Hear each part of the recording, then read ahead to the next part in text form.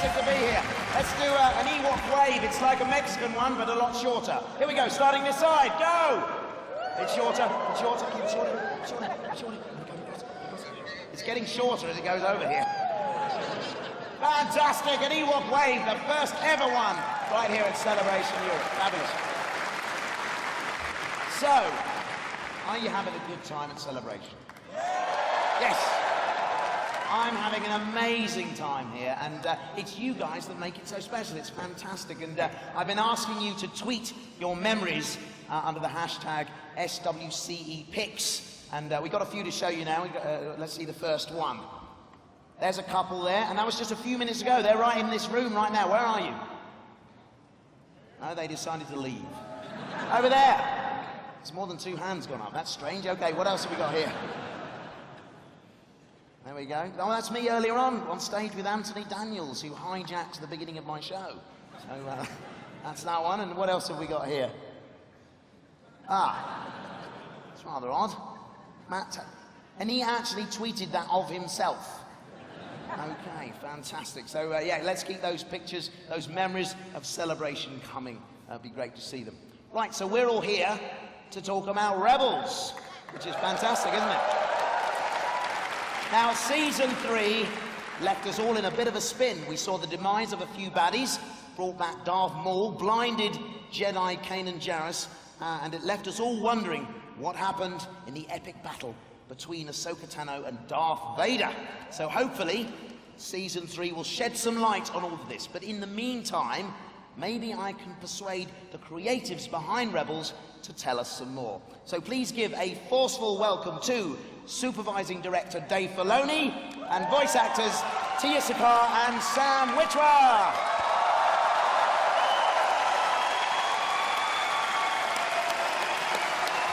Here they are. Welcome, Dave. Nice to see you. See you, welcome. Sam, how's it going, my friend?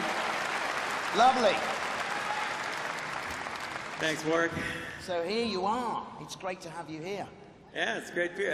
It's always the fear before any panel. I'm sure they agree that you always think one day you'll come out here and it'll be empty. But thank you guys for coming. I know there's so much to do. So thank you for coming to spend some time with us today. We really appreciate it. Thank you. We all love it. I mean, you know, Rebels, obviously, judging by this, is a hugely popular series. So congratulations on that. How does it feel? I mean, it's just so fantastic, the work that you all do. But to come here and actually see the kind of the people that enjoy it and meet them face to face. It's one thing working in an office on the series, but then coming here, it's great, isn't it? It feels pretty great because we get to interact with you on, you know, on social media and things, but to get to actually meet you in person is so gratifying and exciting and fun. So hello, thanks for being here. So Dave, yeah. The question on all of our lips is, did Ahsoka survive the battle with Vader? Right out the gate. All right, so we'll get this one out of the way. You know, I always think I have it, and then look, Yoda says a lot of things to Anakin. You know, death is a natural part of life. Miss people do not, mourn them do not. The conflict with Vader and Ahsoka is something that we had prepared for almost a decade, and it was something I discussed with George Lucas over different periods of time. And then finally, what's amazing to me is we actually got to do it. And that's something that when I'm sure you know, creating series and characters that you're never actually sure when you have long-term plans for a story arc what you'll actually get to tell. And when Clone Wars ended, I was worried there's like, well, I guess any hope of establishing that and making that happen is that most likely when it's a character I really like, and obviously I like Ahsoka, it's going to be hard to kill her off. If it was someone like Vader, that would make sense. But I'm not going to say in what way, but it's likely that you might not have seen the last of Ahsoka Tano. Let's just say that.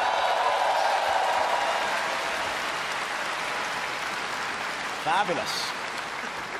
So, do you want to say something, Tia? I'm just surprised that he went that far. I thought he was going to like dangle something and not tell you We will anything. say nothing more. We've had some lovely exclusives here. But we didn't promise what way that would be. It could be a cheap out, like a flashback, you know what I mean? Or I could the clip put a show picture of a coming? lunchbox, you know, it'd be like, yeah, I mean, you know. they would hate that. So probably won't be that way, but... So now looking ahead to season 3, I understand that a couple of characters got some new looks. Yeah, they did, for sure. There's Kanan. You can see Kanan there, and still blind from his encounter with Sam. And, you know, we've decided to kind of move forward with that. There's a lot of great samurai stories, Zatoichi, about the blind swordsman, and, you know, it was something that we had discussed earlier on in the series, what will happen to them as we go along the way. And Freddie, who plays Kanan, is a huge fan of samurai films. So he actually understood exactly what we were trying to do with this kind of wounding of Kanan and what it means for his character, giving him something to look at his life in a different way, literally, like change the way he's doing everything. And you'll see the implications for his character, the way this changes the way he looks at life is going to be, I hope, compelling and make him a better Jedi in the long run. What about, we got new looks for Ezra as well? Ezra as well got a haircut. Ah. It's one of those things, you know, he also has a bit more of an attitude, teenager, you know, so that parents can relate to that. We have to be true to real life. Star Wars isn't working right if it's not reflecting real life. So you'll see a lot of metaphors as Ezra kind of advances as a teenager, that he as well has changed. Season 1, a lot of people didn't like his kind of Aladdin hair, so then I get rid of it, and then everyone's like, why'd you cut his hair? And I just can't win that way. That'll teach you to respond to the directing the show, them or you? Definitely me, because they'd probably tell you I don't listen to them anyway. I try hard. Yeah. Now, can you tell us about the character, how she grew through season 2, and what's in store in season 3, perhaps? Well, for one, I just want to say that I think Sabine looks totally awesome, and I'm really excited about this new hairdo. Hopefully, if any of you have your Sabine, you know, outfits. So now Tia, you have some new hair to go find and make or whatever. Are you ever consulted in these looks at all? So actually, after season 1, Dave asked me, he said, we're going to change Sabine's look for season 2. What would you like her hair to look like? And I was so flattered and like taken aback that he would have asked me my opinion. And I told him, and he did not take that to heart. Like it was totally different than what I asked for. But this is exactly what I asked for. Like, so it just took a production. It takes a while. So you told me. He was like, yeah, that's a good idea. We're going to do something else. In the future. Yeah. Well, I didn't know that was ever going to happen. And here she is. That's exactly what I wanted. So thank you. I don't know if you did that for me, but maybe I planted a seed way back when. Sorry. So through season 2, we learned a few more things about her, but we still don't know everything, do we? There's more secrets. And we won't know everything in season 3, but we get to know a lot more, which I've been so excited about to get to record, because we get to I get to interact with more Mandalorians. I may or may not be related to some of them. I don't know if I can say that, but. Okay, good.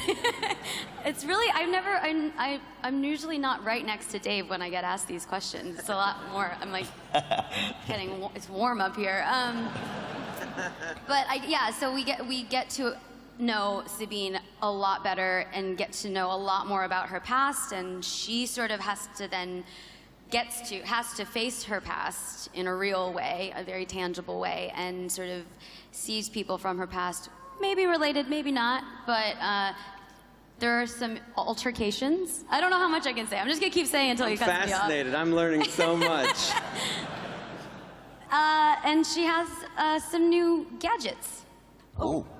Yeah, that's good. That's so good. That was close. No. That was a close one. The reflex was there, Sam. That was good. Yeah. Give her a little emperor. Tell her she's doing good. Yeah. Excellent.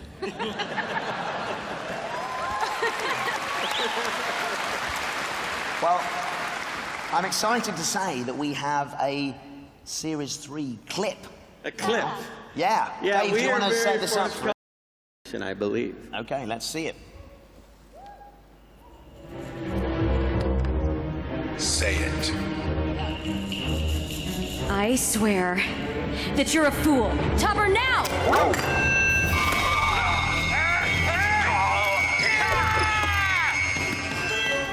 Hang on!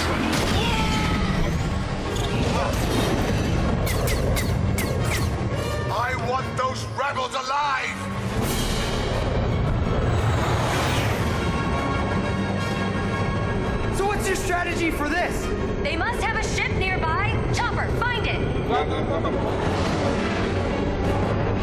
Make it quick, jump! Her evil cousins are coming! They're flying faster than us!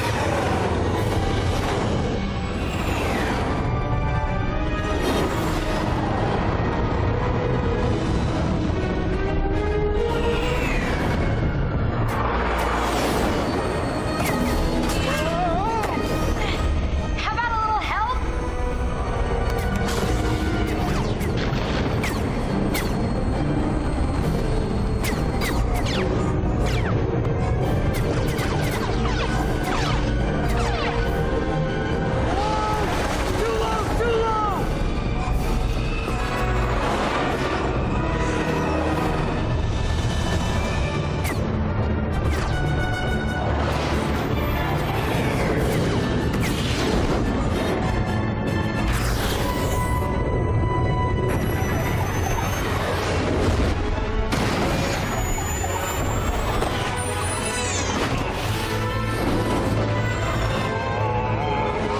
Cut them off!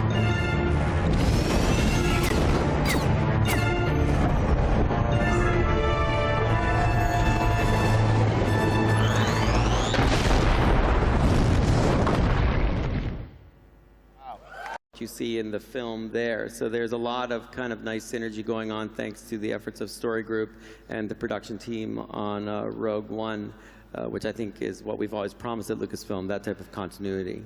That's really interesting. That's really great. Now, Sam, to turn to you, you voiced Maul for the Clone Wars, and you do now for Rebels. In the film, the live-action films, we don't really find out too much about him as a character. Now, is he really half the man he used to be? Something like that. I mean, I think even he's like a third of the man he used to be now in Rebels. We keep cutting down fractions on this poor guy. But yeah, oh, look at that. That's interesting. That's cool. We got Ray Park up there. The guy who I have, you know, I owe everything to. You've met Ray, of course, yeah? I did. In fact, I met Ray. Phantom Menace was coming out, and this guy, Ray Park, was in Skokie, Illinois, at a theater promoting it. And I saw an advanced screening. So I knew who he was. No one else did. So people were just walking by Ray Park, and I'm like, it's Darth Maul! And they're like, who's Darth Maul? And he was really, really kind, and I stalked him for several years. That's so believable. It's true. It's true. No, I actually am, funny enough, I kept running into Ray before this all took place. I ran into him at fast food places, all these different places. I'm not even kidding you. Cons. Ran into him. Yeah. At his house, stalker. in his bedroom, at night. It's weird. Such a coincidence. Wow. So weird. What are you doing here, Ray? It's like, Sam, go home. It's late. And then it's only gotten worse for him since I started voicing the character, really. No, yeah, it was just a...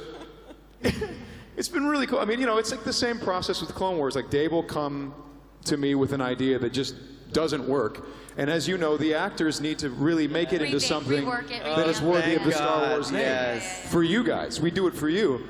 And we do it for exactly Dave the to say... opposite of how it goes. Yeah. Really? I'm not sure about that. I don't know.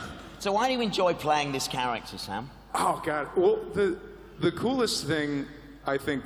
The coolest thing that David Filoni. David, can I call you David? Filoni now?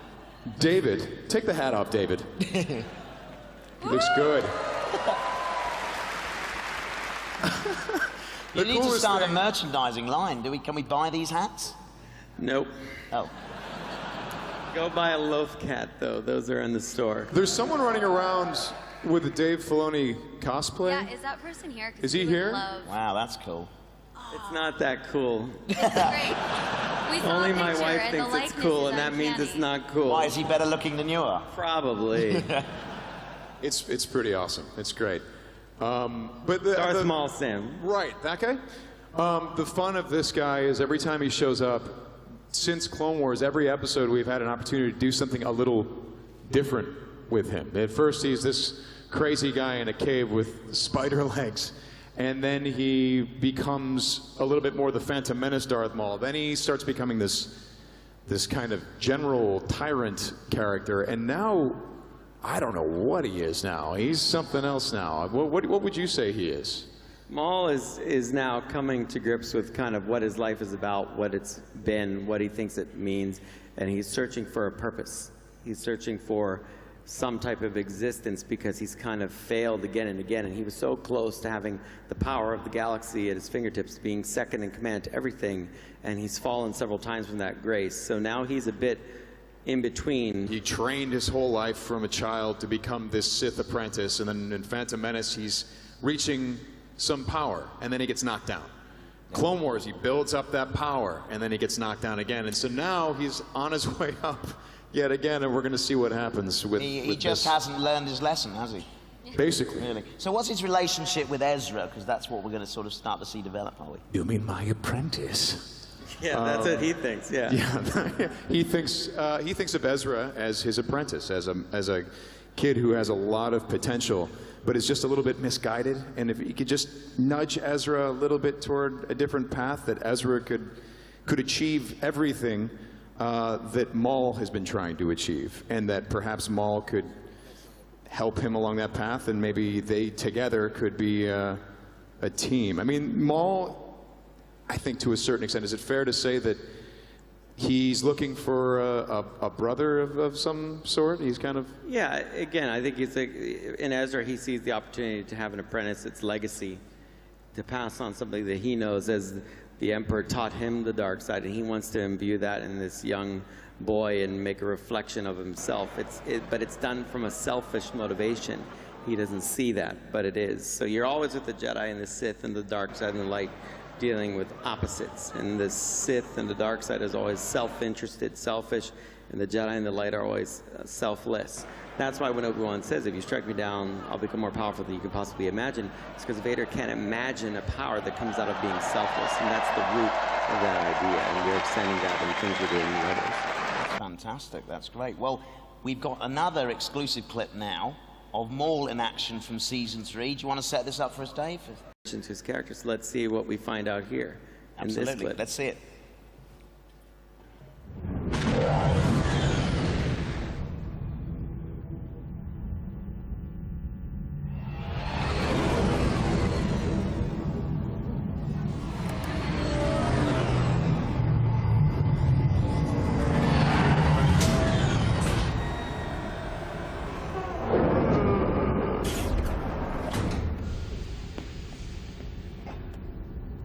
Over here, Master Jedi.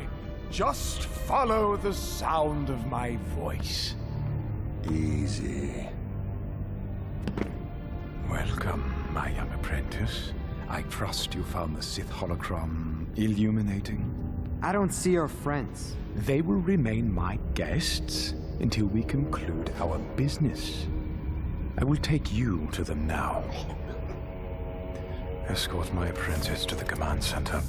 If you attempt to escape, or if the droids are deactivated, your friends will die. Good to know. This way, Master Jedi.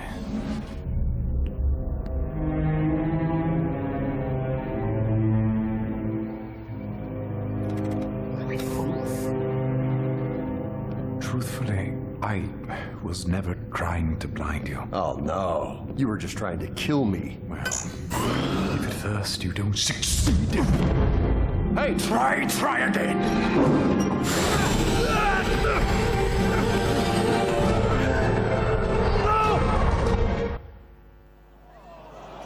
They were acting out on the characters is actually something from Clone Wars. That was a set that we were going to use in Season 6 or 7 that continued Darth Maul's story. So that was for an upcoming episode in Clone Wars, and when the production team and I were going over how we could do these episodes in Rebels, I said, well, we had that old set, how far did we get with it? And we looked at it, and we said we could use it. So we tweaked it and painted it up to look like Star Wars Rebels. And so there you go. It's, again, a legacy continuing and connecting things. So Maul knew about that place and was there because he would have been there in Clone Wars had we continued. So there's some trivia. Wow, that's great. I mean, I love the way you talk about a digital set like it's a physical set, you know. That's how I was taught to think about it by George. Everything that we discussed, as I was brought up, you know, in filmmaking by him was live action centric thinking, because that's how he thinks. So he didn't know any other way, so that our communication existed on that level. And, you know, it really helps CG production, actually. Absolutely, absolutely. Now, we've got another exciting exclusive here because we are the first people to enjoy the trailer for season 3 now as well. The trailer, right? We're right into it, You're spoiling us. We might as well, because I like to show something and then talk about it a bit. Okay. Why not? We got you here, we got you guys here. So let's show this trailer and talk about it, and let's just take a moment and let's just expand the universe a little bit, shall we?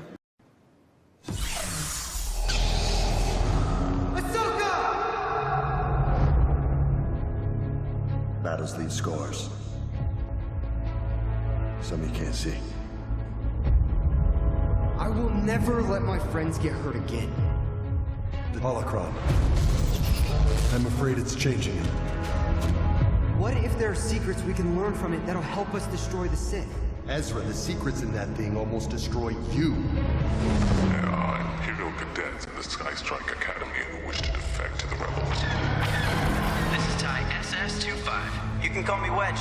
Welcome to the rebellion. Still can't believe we're here to break this guy out of prison. My friends, my friends! I give to you Regnum Station. If we could steal a squadron's worth, They would be key to building a strike fleet. Let's go get them. Everybody ready? Yep. Let's go. One last glorious day in the Grand Army of the Republic.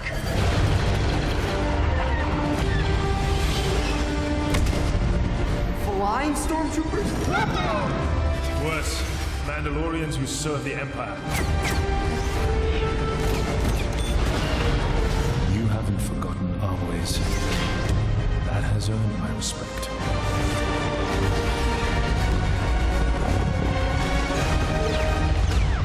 so what's in it for you two? Riches untold, that sort of thing. So, we'll split the treasure.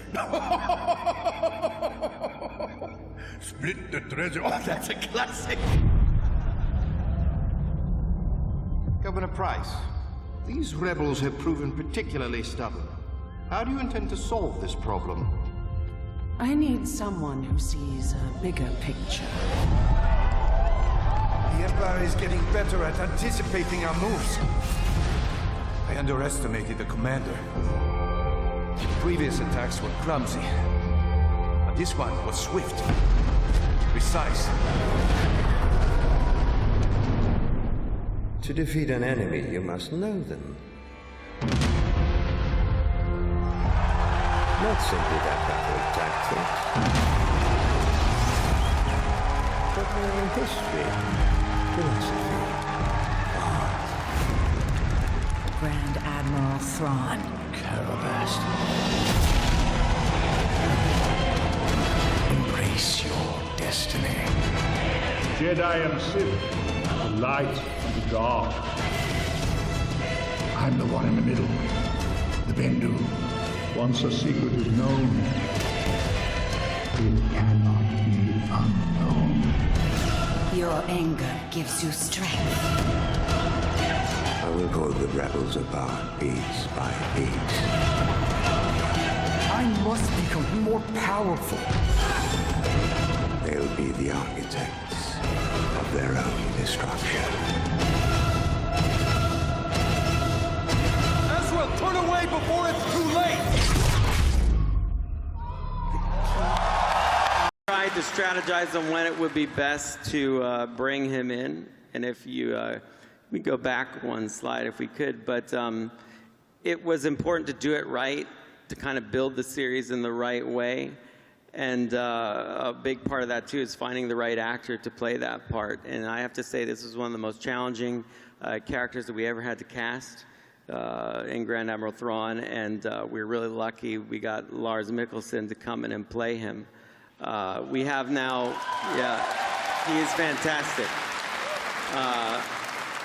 We have two Mikkelsens now in the Star Wars universe, which is great, because we've got, you know, Mads over in Rogue One, so that's kind of fantastic, and they can, I'm sure, have a great Christmas talking about the Star Wars galaxy.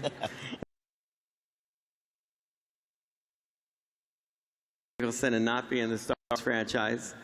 But yeah, it's something we were really glad we could do, and I think I hope the fans are going to like what we're doing with him along the way. And I know you guys wanted it, and we wanted it too. So there you go.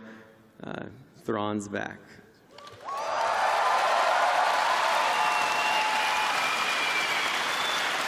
So, now the author, Timothy Zahn, who you collaborated with on the character, couldn't be here at Celebration, but he sent a special message, so let's have a look at that. Hello, Celebration.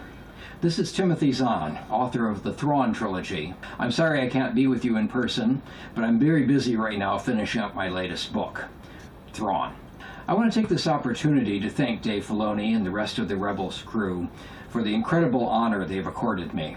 I'm afraid I can't reveal anything more than what you've already seen and heard, but I'm very pleased with the direction they're taking Grand Admiral Thrawn. I like this a lot. Thank you. You guys are wonderful. Thank you. Have a great time at the rest of Celebration, and safe journeys when you head for home.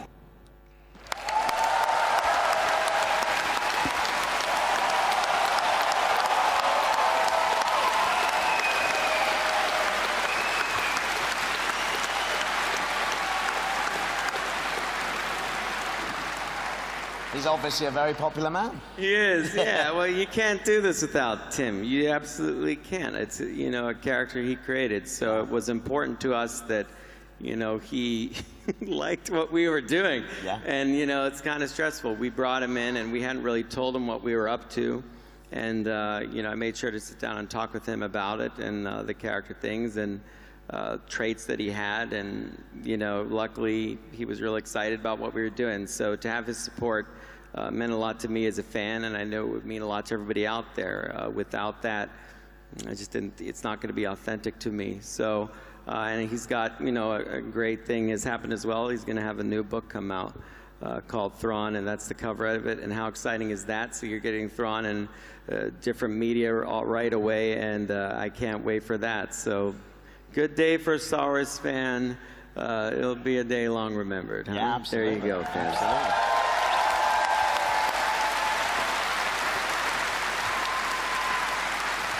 I mean, every day at the moment is a good day to be a Star Wars fan. It's incredible. Crazy. Yeah. It's so much stuff. There's a lot to take in. Absolutely. Now, Tia, I noticed you watching the trailer there. You got the best seat in the house on the floor there. We see Sabine in there. It's exciting, yeah? The whole thing's exciting. I purposely did not watch any of what we just saw because I wanted to watch it with you guys because it's so much better this way and not on my laptop. But man, that trailer just blew my mind. Oh my gosh, I think I have goosebumps still. And here I have a jetpack. Finally. You've been wanting us. She does this Mandalorian research. She's like, Dave, most of the Mandalorians seem to have jetpacks. That was a long time When do ago. I get a jetpack? I'm like, don't worry. Those resource books lie to you. Don't worry about that. It's not important. No, they're really accurate. But you know. I have been wanting a jetpack since I knew I was going to be playing a Mandalorian, and I finally get one, and it's very exciting. Yeah. We're all delighted for you. That Thank your you. dream has come true. That's lovely. That's lovely. Oh, yeah. Oh yeah. Oh, look at Wait, that. wait a second. Wait a second. Wait a minute. That's not yours. It's not mine, but It's not yours. I got it, and I'm not going to tell you how. You'll just have to watch it. Taylor wasn't happy about that. No, he was not. No, Ezra was like, what? Well, first we had to tell him what it was. Oh, man, why did you do that? He's not here. He's going He to hear doesn't about know. it. Social media to you. Yeah, we like the Darksaber. It belongs with Mandalorians. It was a Mandalorian weapon a long, long, long time ago. Well, wait. But possession is 9/10 of the law, man. I suppose, So- Sam, but that show ended, and, you know, in between, you know, maybe in the buyout or whatever happened there at Disney Lucasfilm, it went to someone else. Took it from me? So Is that now what you're saying? I don't, No, just say it. What's that? Took it from me. You can say it. I don't. That would be like plot giveaway, Sam, and you know I don't do that. Okay, So he's a they nice just guy. got Thrawn. They're not getting that too. Fair. They got the blue guy. Yeah, when I said gadgets, I meant jetpack and Darksaber, so. And maybe there's some other stuff there, but you don't know about that because you haven't seen the finished animation. Yeah, don't worry, you'll see. It's gonna be cool. It'll be just like this moment. Don't worry. You'll be just like this thing when you were surprised. Wow, and I'm so amazing. It'll be just like that, but Great, later I like on. that. That's It's a good cool. feeling. Trust me. You should trust me. Now, Dave, I know Yes. there's going to be some new characters in season 3. There are. I'm really excited. One of them about in this. particular, voiced by a very famous doctor. The Doctor. Tell us about that. Yeah. The Doctor. The Doctor. The Doctor. Tom Baker was kind enough to come in and do a voice for us, which I'm super thrilled about. He is absolutely fantastic. He's got a great voice, hasn't he? He's got an amazing Fantastic. voice. And it's the second Doctor we've had in the animated Star Wars universe. We had David Tennant on Clone Wars fantastically, and now we have the fourth Doctor, Tom Baker. And when I wrote this character, he plays a big character named Bendu. You can see him there. He's a big old creature, and you can hear him in the latter half of the trailer. Bendu is kind of the middle way of the Force.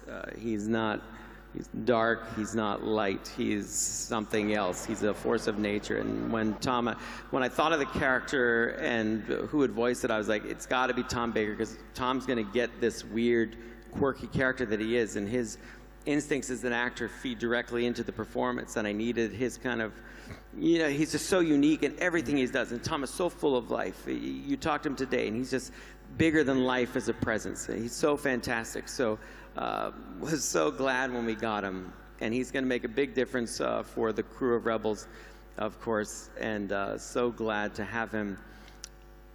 He's just a different type of Force character creature than we've ever had before, and I think that's what is most compelling about him. So we'll have to wait and see what the rest of it means. I get on a roll, and information starts. And see, they're sneaky because they get really quiet. Like they want me to forget they're there. And they're like, Dave and Warwick are in a zone, and they're just talking, and he's going to give away the plot.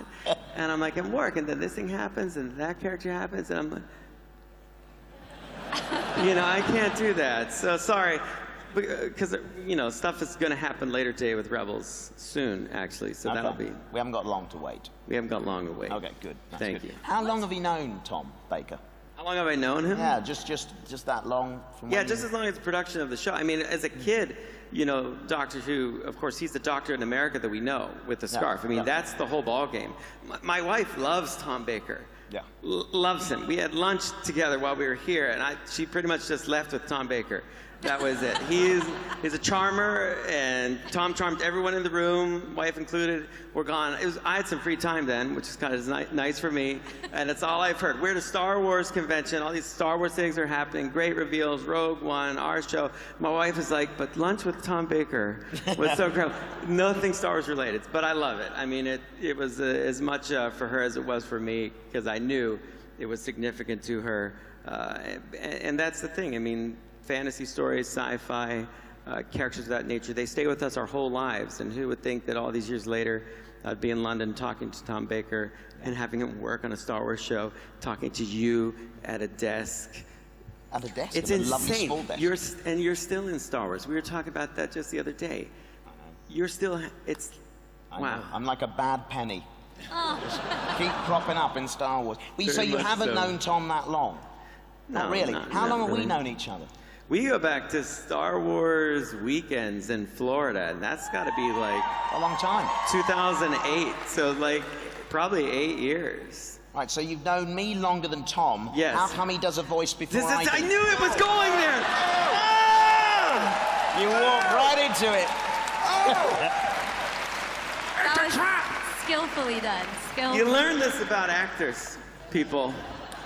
They're so clever. They're all sneaky. This is Anthony. I see Anthony. Anthony Downs, I've known him for years as well. I see him. He puts his arms out. David, Anthony walks away. He goes, "You never put me in your show anymore." And he hugs me. He turns and gone.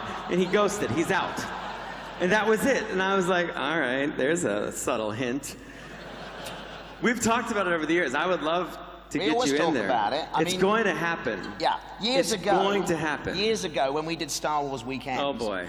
I spent ages, and I cut a little I think I took the trailer of Clone Wars and I redubbed the whole thing with all the different voices. I must have done about 15 voices on this thing. But you did it so well, I couldn't tell, so I didn't know that was you. Couldn't tell, no, it was just me. All of it was me. I did 3PO, I did the droids, I did everyone.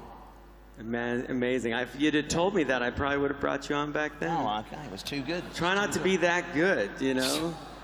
Sorry. Well, you know what, though? Do you do a Maul? Do I do a Maul? Yeah. Hold up. I mean, I don't Well, I mean, what sort hey, of, Sam. What sort of thing would he say? What does he say? Give me a bit of a line from Maul. Like something like, I'm really... This is an audition to you. Okay, just give me a line. We're trying to figure something out. You feel like you should go? Why? All right. Do you speak Mandalorian? I've got to say that. No, that's not what you would say. I've got to speak some Mandalorian, or do I say, do you speak Mandalorian? No, I don't speak Mandalorian. Yeah, say, do you speak Mandalorian? I want to see what you do with that. What, in a Maul voice? In a Maul voice. What would a Maul voice be for you? I need the microphone. I need to use the microphone. Give me one of these ones so you can comment on my audition. Yeah, okay. So you want me to say, do you speak Mandalorian like Maul does? Yeah, well, I want you to say very soon, my apprentice, very soon. And when you say it, I want you to say it like kind of, you know this guy Whitware, he does a great Maul. So if you do it like that, something very dark and evil, but with a slight smile, you know. Right. Okay. And try to, make your shirt feel tighter while you do it. All right, so, all right. Very soon, my apprentice. Very soon. Uh-oh. Uh-oh. Uh-oh. All right, good. Good. I like it. That's good. All right. Oh, dear.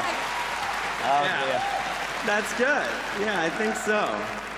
It's not bad, is it? I mean, I didn't even rehearse that. I just kind of came up. I know. Well, that's what good directing does work. You were a good... He's in a mood. He's showing a star-struck. I love this. We can use this. You see how I did this? Now the motivation is there. It's he's clear. channeling. Do you see? Do you see how I played you against him? There's a role I'd like to audition for, though. Go ahead. Is Wicket showing up on the show? Yes. Oh my gosh, you didn't know. Can I? Yeah. Yes. Could you? Sorry, you didn't mean to spoil that for you. Make yourself small, Sam. Okay. Yeah. Very small. Primitive. The voice has got to go small. I want you to do. You can do Stone yub, Age, yub, like. yub, and you can do. Chihuahua. Yeah, Chihuahua. That was a little bit too. All right, here we go. Like a come on though, like. Yep. Chihuahua. Wow. Whoa! That was good. That was good. Let's make a deal. You want to switch? Let's switch. All right. I'll give you that. Cool, man. Okay, fantastic. Now, I believe you're all going to be itching to ask some questions. Mark and Elliot are amongst you with microphones, so... Force Chantapole from the West End Games, are you going to adapt any more of the old adventures from the games to episodes? You know, he was actually just talking to me about that very game play scenario earlier. West End Games, man. Right in the green room. Not particularly that I know of. Wrong answer. Yeah. Not particularly that No, I don't think so. But there are always elements. I think because, you know, I grew up with those games. You see a lot of things winding up in the series.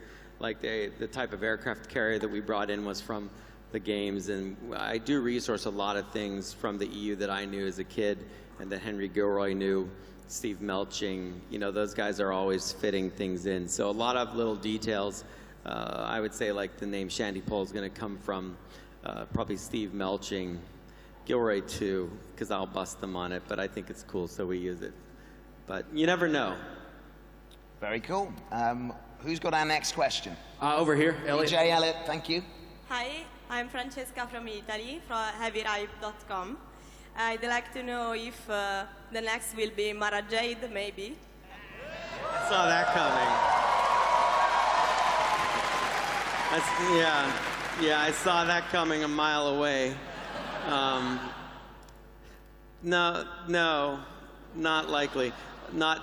That was more definitive. Look, you That was got a Thrawn. definitive Don't answer. say, oh, You got that a was straight so answer exciting. from You him. got Thrawn. Remember we got Thrawn, yay? And yay, it's so exciting. A couple things, you know, and Sam asked me to make this clear. So I'm going to make this clear. You're going to put this on me. No, you'll be glad because you wanted me to say this. Fair enough. Which is and I might pronounce it wrong because every group I go to says it differerly, but the Ysalamiri creatures are not something that we brought in to the show. So he won't have the force bubble creatures because when I had a talk one point a long time ago in the Clone Wars production with George, and we were discussing those creatures, and we thought they were kind of an implausibility because they were part of a life. They were alive, and things that are alive aren't negated out of the Force. So, at least as we understood it. So I decided not to actually carry that forward. You do see, though, in the clip, he has a statue of two kind of like salamander creatures that I put in his office, and I posed them right over his shoulder for you guys. So there's like an essence of it, but that's just not something that I wanted to continue because it doesn't seem logical with what we had in the film. So there's little differences like that, but most of the time I try to keep things immensely consistent. So there you go. That's just the level of honesty I'm having with you guys there, like it or not. You decide. I know you'll tell me on many types of media. So. Mark, what have you got? Hi. Hi. Thomas. For Ahsoka, will she, die and come back as a Force ghost? Oh, wow, very direct. Very direct. I've said it before, the young people are always very direct and have the most intense questions. Let's see, if she did, she would have to be aware of, to some degree, the technique, consciousness, thought process that allows that to happen, to maintain your consciousness after death and be within the Force. Currently, I do not believe she knows how to do that. So probably I would say no, but whether we have to worry about that right now or not is kind of up in the air. So This is exhausting, is it not? Like, needing to know and getting these kinds of answers, just like too much. non-answers. It's great to you. Imagine being in the recording room and he says this stuff. Okay, DJ Elliott, what have you got? Back in the back. Hi, Matt from Jedi News. Are you going to get any of the other Clone Wars voice actors back to maybe like Daniel Logan?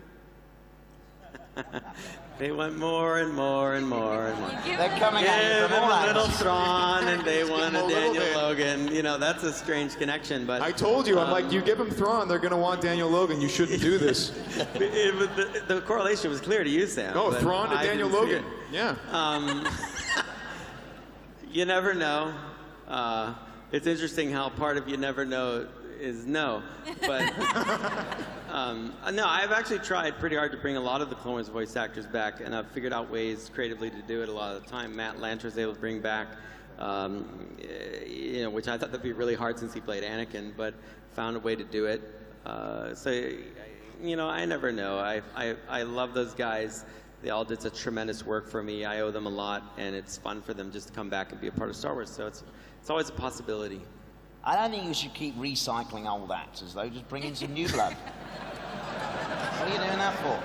There's loads more fish in the sea. You make me feel so bad right now. All right, who have we got next? Back in the back. Okay. Bleachers on the left. My name is Bryce.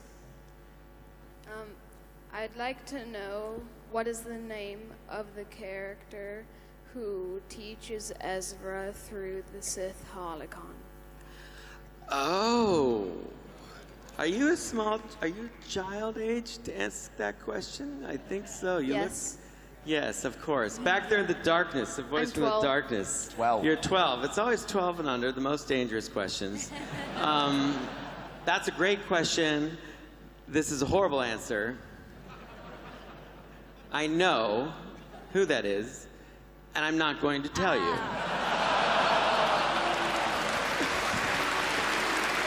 Yeah, boo, I know. But isn't there some value in knowing I thought it through, that it's very clear that I sit, the story people down at Lucasfilm and I give them this whole history, and they're like, that's great, Dave. That seems like it'll work. I'm like, okay, cool. So we know. We'll find out one day. Cool. DJ Elliott. Hey, so now that I've got to make a new Kanan costume, I was wondering. I showed him this the other day, and he said, "Just wait till you see it." The inspiration for the little eye marks, those look reminiscent of Rex's helmet. I was wondering, do we find out anything about that? Do we see how that comes about, why that's chosen, or is that just an aesthetic choice?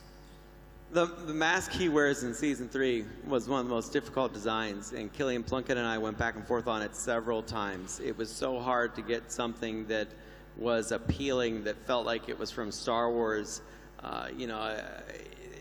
Nothing we were doing felt quite right to any of us. Originally, I had an adapted version of that mask you have on that I had Sabine cut up and modify to be a type of mask for him. So the root of that face shield that he has, I think, is still the ancient Jedi mask that he wore on Malachor, and then Sabine retools it so it's more comfortable for him to wear regularly. And then finally, one day, I just put the little eye marks on it. It serves two purposes. Outside the world, right, as a filmmaking device, it gives the audience a target for what he might possibly be looking at, which is really important for me to have some sense of eye direction and a feeling that you're connecting with the character. Inside the story world, for me, I think it's a nod to the fact that he and Rex had a troubled start, but now they're really good friends, and it's like he learned to see things a bit through Rex's eyes. Yeah.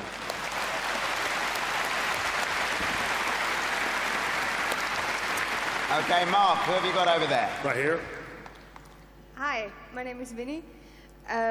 In the Clone Wars, there was the question between Maul and the Emperor, and I was thinking, will we see more of that action between Maul and him? You really should do more scenes with Maul and the Emperor, I think, because the actor is available and willing. Sam, do you play both Maul and the Emperor on Star Wars Rebels? I do. That's a good point. So now I'm going to say with more certainty, you should definitely do that. Do you see why he's a Sith? Because it's a very self-serving type of thing. Wait a second. Remember earlier I said Hold on. Sith are self-serving, not selfless. Do Where not Tia bring this sits here towards selflessly, wanting a question maybe, but not having one yet to answer, which is so selfless of you. And that's why I admire you on the light side of the Force. What? Sure. What, dark side, what? I'm just saying, I would rather Warwick not audition for the Emperor because I only have a few parts left. Okay. All right, fair enough. It would be really dangerous, in all honesty, for Maul to run into the Emperor again. The Emperor kind of proved last time they made contact with each other that he doesn't have any interest in rekindling their relationship, so it might be dangerous for you. So that would be bad. Yes, definitely. DJ Elliott, who are you with? Right here in the front row. Oh, cool. Hi, I was wondering if you bring in Maz Kanata, since she's 1,000 years old, and we didn't really get to see her much in Force Awakens, so I was wondering if we got to learn more about her. That's a great idea. Good answer. Good answer, Dave. That's a great idea. You have a good mind for this sort of thing. That doesn't mean anything I've said means we're doing that. It's just sometimes I'll admit, if I had not thought of it, that it's still a good idea. I mean, it's an interesting point, Dave. It As is an you watched interesting The point. Force Awakens, were you Yes. thinking, oh, I'd like that one? Oh my goodness. There's so much I would like. Yeah. They had so many characters in every city, and I have so few because we're a weekly TV show, my friend. But yeah, no, it's great. It's something that's fantastic. Now we're a production company making a film every year. There's so much creative talent coming into the studio, whether it be, J.J. Abrams, Michael Arndt, Rian Johnson, Gareth Edwards, and to meet these people and talk with them and to talk Star Wars is just invigorating as a creative. So it's something I'm really grateful for that Kathy Kennedy has set up in this new era. It's an exciting time to be at Lucasfilm. Fabulous. I think we've got time for just maybe one or two more questions, so let's get one from Mark first. I'm with Jake. Whatever happened to Cad Bane? Cad Bane, the other blue guy with red eyes. Because for a while on April Fool's, I was going to put up a picture of Cad Bane and be like, haha, you thought it was Thrawn, and it's Cad Bane. But then I thought, no, then all the Bane fans will be mad and there'll be, chaos in the streets. But whatever happened to Cad Bane? Cad Bane's really tough. He's really crafty, really clever. I would wager he might still be around. I don't know what kind of saloon you'd have to go into to find him, what kind of cantina, but I wouldn't cross him certainly or take his name in a bad way. He might be out there, but in Rebels, I don't know. I don't like to keep bringing back all these characters that have talent that I know voicing them. It'd be great to make some new characters and perhaps cast some new people in those roles. I don't know why that's striking me as a good idea lately, but that might be a good idea. Good answer. Good answer. Okay, one more question now. We're going to go over to DJ Elliott. All right, I'm over here, far right. Oh, there you are. Hiya, Kevin and Dan. I was just wondering, we saw on your trailer for Series 3 that looked fantastic, there was a ship that looked quite similar to the Outrider. Are we going to see Dash Rendar? Right? See what I deal with? Do you see? This is very impressive. You see what I mean? Every little thing, Tia, every little thing. They don't even have the ability to frame freeze it yet. They'll later go home and analyze and blow up. They took Fulcrum's voice in season 1 and augmented it through a thing and tried to figure out who that was. Did anyone figure it out? I was prepared for them. But anyway. Oh, really? Oh, yeah. Oh, my, I would do it. I was a fan. I'm like, I would augment the voice and change it and figure out who did it. So anyway, see how I'm delaying from answering your question? This is a skill I've learned. Deflecting, talking to Tia. I'll be direct with you, no. But the ship you got, and it's very similar ship. And something that's exciting is that it's like the same class of ship, if you will. Amy Beth Christian. YT-2400. There you go. Amy Beth Christian, who designed it for LucasArts, is now on my staff of Star Wars Rebels. So she got to recreate this ship that she designed long ago for LucasArts, which was an incredibly important moment for her. And I can't stress to you enough how many people on my crew are longtime Star Wars fans, and it's just as deep and meaningful to them to get to bring these things back to life and put them on screen as it is for all of you. So, yes, it is exactly an Outrider class ship. No, I don't want you to be disappointed when the cockpit opens up and Dash Rendar is not there, but, you know. But hey. Kyle Katarn will be in there, But right? no. Right? No, why would you I'm say inciting that, revolt. Sam? Why Join would you me! Say that. Fantastic. Well, I'm afraid... Played by Warwick Davis. Indeed. Right? Oh, he's clever, see? Oh, He's yeah. clever. Gaining allies. The Sith. This has been a fascinating panel. We've all had a ball, honestly. We've learned loads. I've got myself a job, and our interest for season 3 is piqued. So please put your hands together and thank Mr. Dave Filoni, Tia Sakar, and Sam Witwer. Now, before we all run away, we get to watch a couple of episodes. You do. You do. So, Dave? Yeah. Myself, Tia, and Sam are going to leave you to introduce that. I'm going to go and get some popcorn, All right, get buddy. a good seat, and we'll leave it to you. But thanks very much. Thanks so much, buddy.